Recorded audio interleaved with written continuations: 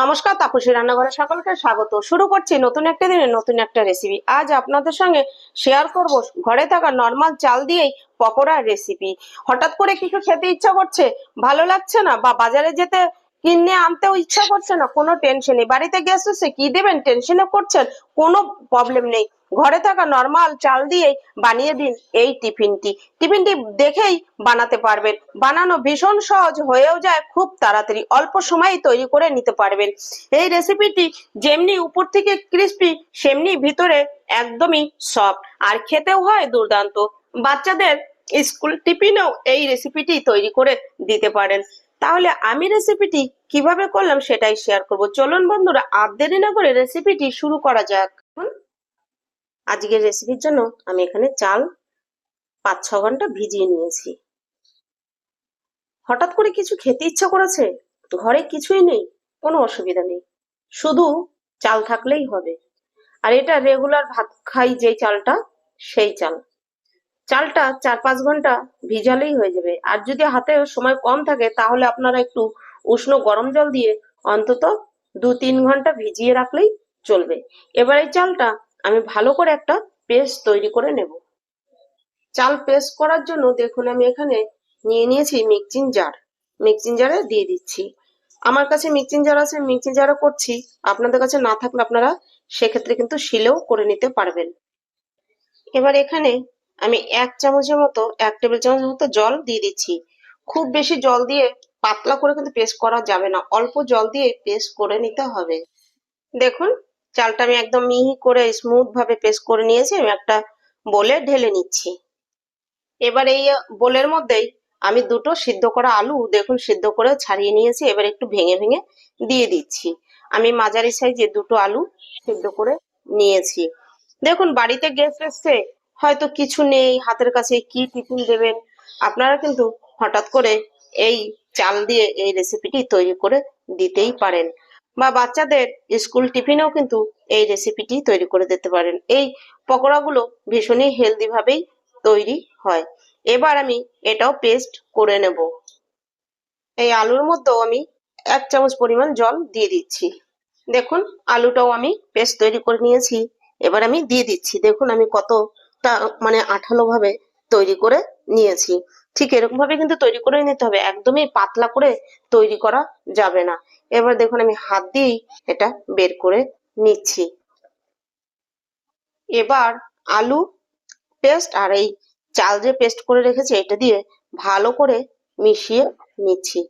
আমার বোলটা একটু ছোট হয়ে গেছে, আমি বোলটা একটু চেঞ্জ করে নেব। দেখুন আমি বোলটা চেঞ্জ করে একটা স্টিলের বোল বা স্টিলের বাটি নিয়ে নিয়েছি। এবার এই আলু পেস্ট আর এই চালের পেস্ট দিয়ে এরকম করে ভালো করে ফেটিয়ে নিতে হবে। আর যেই দিকে ঘুরাবেন একদিকে ঘুরিয়ে এটাকে ফেটিয়ে নেবেন। সেতে কি হবে জানেন, এর মধ্যে বাম্পল গুলো বা এই ফোম ভাবটা খুব ভালো হবে।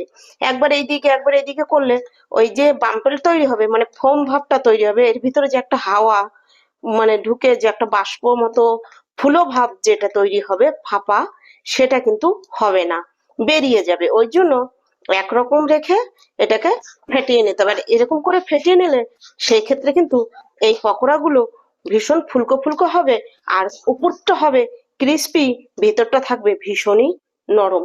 দেখুন এভাবে আমি 3-4 মিনিট ফেটিয়ে নেব।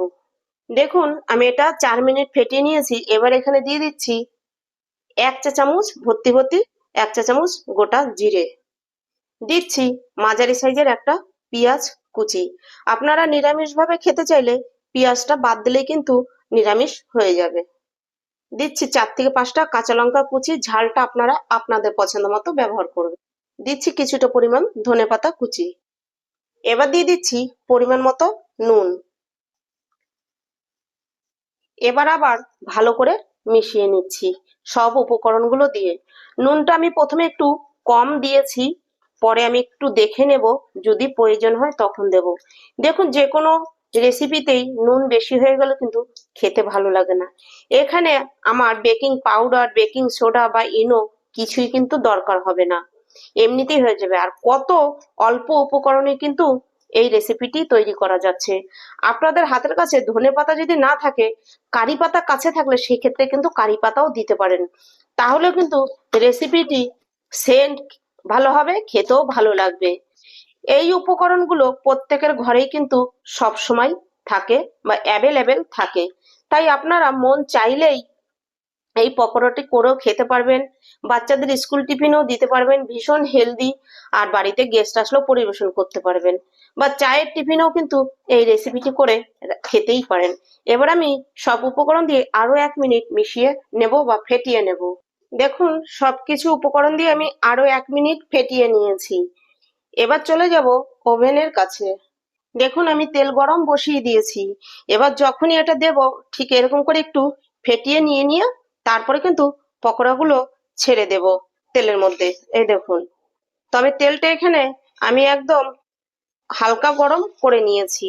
প্রথমে এই হাই গরম করে নিইনি, তাহলে কি হবে, ফুলুরিগুলোর ভিতরটা ভাজা হবে না, উপরটায় কালার চলে আসবে। এইটা ভাজা হতে হতে তেলটা কিন্তু অনেকটাই গরম হয়ে যাবে। আর এই ফুলুরিগুলো ভাজতে হবে মাঝারি টু লো আঁচে। দেখুন, আমি ঠিক এরকম ভাবে ফুলুরিগুলো দিয়ে দিচ্ছি। দেখুন, প্রত্যেকটা ফুলুরি কি সুন্দর ভেসে উঠেছে তেলের উপরে। কড়াইতে কিন্তু একটুকু আঁকড়ে ধরেনি। আমি কিন্তু নর্মাল কড়াইতেই বানিয়ে দেখাচ্ছি, দেখেছেন তো? এবার আঁচটা মাঝের একটু লো রেখেই এরকম নেড়ে চেড়ে হালকা ব্রাউন কালার হয়ে আসা পর্যন্ত ভেজে নেব। দেখুন, হালকা করে কালার চলে এসছে। এবার কিন্তু আমি তুলে নেব। বন্ধুরা, আপনারা চাইলে এটা কিন্তু আরেকটু গোল্ডেন কালার বা ব্রাউন কালার করে নিতেই পারেন, কারণ ঘরে খেলে সেই ক্ষেত্রে আরেকটু ডিপ কালার তৈরি করে নিতে পারেন। আমাকে এখানে কালারটা অবশ্যই ভালো রাখতে হবে, সেই জন্যই আমি হালকা গোল্ডেন কালার করেই ভেজে তুলে নিচ্ছি। দেখুন, আমি এবার তেল ঝরিয়ে তারপরে একটা প্লেটে তুলে নেব। এই দেখুন, আমি একইভাবে আবার দিয়ে দিচ্ছি। আমি একটু ছোট ছোট করে ভাজছি, আপনারা চাইলে আপনাদের পছন্দ মতন শেপ করে কিন্তু ভাজতেই পারেন। আশা করছি আমার এই রেসিপিটি আপনাদের কাছে ভালো লাগবে। রেসিপিটি ভালো লাগলে অবশ্যই একটা লাইক ও কমেন্ট করবেন। আপনাদের একটা লাইক আর একটা কমেন্ট আমাকে ভিডিও করতে উৎসাহ দেয়।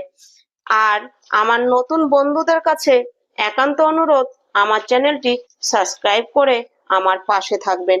আপনারা আপনাদের সময় মতোই সাবস্ক্রাইব করে নেবেন। আর আমার পুরনো বন্ধুদের জানাই অনেক অনেক ধন্যবাদ আমার পাশে থাকার জন্য। আর রেসিপিটি খুব ভালো লাগলে অবশ্যই বন্ধুদের সঙ্গে শেয়ার করবেন। রেসিপিটি বানাতে কিন্তু খুব বেশি সময় লাগে না, হাতে মাত্র 10 মিনিট টাইম থাকলেই রেসিপিটি তৈরি করা হয়ে যায়। এই একইভাবে সমস্ত পকোড়াগুলো আমি ভেজে নেব। বন্ধুরা, এই রেসিপিটা তৈরি করার জন্য ব্যাটারটা কিন্তু একদমই পারফেক্ট রাখবেন। আমার ভিডিওটা যদি আপনারা ফলো করেন বা দেখেন, দেখে যদি এক প্রসেসে বা আমি যেভাবে তৈরি করলাম সেইভাবে যদি আপনারা করেন, তাহলে কিন্তু আপনাদের ফুলুরিগুলো একদমই পারফেক্ট হবে। আর ভিডিওটা না স্কিপ করে দেখবেন না, স্কিপ করে দেখলে ঠিক বুঝতে পারবেন না যে আমি কখন কি দিয়েছি, কখন কিভাবে এটা কতটা পরিমাণ কি মিশিয়েছি। আর আমি কিন্তু এটা করেছি মাত্র 2 কাপ চাল দিয়ে। 2 কাপ চাল ওজনের পরিমাণে হবে 200 গ্রাম। 200 গ্রাম চাল দিয়ে কিন্তু প্রচুর ফুলুরি হয়। আর ছিল মাঝারি সাইজের দুটো আলু, আপনারা তো সেটাও দেখেছেন। তাহলে মাপ কাঠি ঠিক রেখে করবেন, দেখবেন আপনারাও একদম পারফেক্ট রেজাল্ট পাবেন। আর আপনাদের ফুলুরিগুলো একদম আমি যেরকম বানাচ্ছি সেই রকমই পারফেক্ট ফুলুরি তৈরি হবে। দেখুন বন্ধুরা, আমার সবগুলো ভাজা কমপ্লিট হয়ে গেছে। আমি এরকম কালার করে ভেজেছি। আপনারা চাইলে এর থেকে বেশি কালারও ভাজতে পারেন, আবার এর থেকে হালকা কালারও রাখতে পারেন। একটু হালকা কালার রাখলে সেক্ষেত্রে পকোড়াগুলো একটু নরম হবে, আর এর থেকে বেশি কালার করলে বা এই কালারটা করলে ক্রিস্পি হবে। কত সহজেই বানানো হয়ে গেল আমার চালের পকোড়া, চাল আর আলু দিয়ে পকোড়া। আপনারাও এই রেসিপিটি দেখলে একবার দেখলেই বানিয়ে নিতে পারবেন। দেখুন, মাঝারি একটা থালার এক থালা উঁচু উঁচু এক থালা পকোড়া হয়েছে মাত্র 2 কাপ চালে আর দুটো আলুতে। তার মানে বুঝতে পারছেন যে কত অল্প খরচেই কত পকোড়া তৈরি হয়। আর আপনারা মন পেট ভরে খেতে পারবেন, নো টেনশন। কিনে খেতে গেলে তো হিসাব করে খেতে হয়, আর ঘরে এরকম বানিয়ে খেলে হিসাব করে খেতে হবে না। আর আমি দেখিয়েও দিচ্ছি যে উপরটা কতটা ক্রিস্পি আর ভিতরটা কতটা জুসি। দেখুন, ভিতরটা ভীষণ সফট আর উপরটা হচ্ছে একদম মুচমুচে। তাহলে আশা করছি আমার এই রেসিপিটি আপনাদের কাছে ভালো লাগবে। দেখুন, আমি একটু কুচানো পেঁয়াজ আর একটু সস দিয়ে পরিবেশন করেছি। এটা খাওয়ার জন্য সসেরও দরকার নেই, পেঁয়াজেরও দরকার নেই, কিন্তু আমি একটু খাবো তাই। আর এই দেখুন, সস দিয়েও খেতে অসাধারণ লাগে, চায়ের সঙ্গে তো জাস্ট জমে যাবে। দারুণ হয়েছে বন্ধুরা, আমি একটা খেয়েই আপনাদের বলছি, দারুণ দারুণ। যেমনি টেস্ট তেমনি সেন্ট, তেমনি ক্রিস্পি বা মুচমুচে। আমার এই রেসিপিটি ভালো লাগলে অবশ্যই লাইক, কমেন্ট, সাবস্ক্রাইব করুন। আর খুব ভালো লাগলে বন্ধুদের সঙ্গে বেশি বেশি শেয়ার করুন। আর আমার নতুন বন্ধুদের কাছে আমার একান্ত অনুরোধ, আমার চ্যানেলটি সাবস্ক্রাইব করে আমার পাশে থাকুন, পাশে থাকা বেল আইকনটি প্রেস করে নোটিফিকেশনটি অন রাখুন।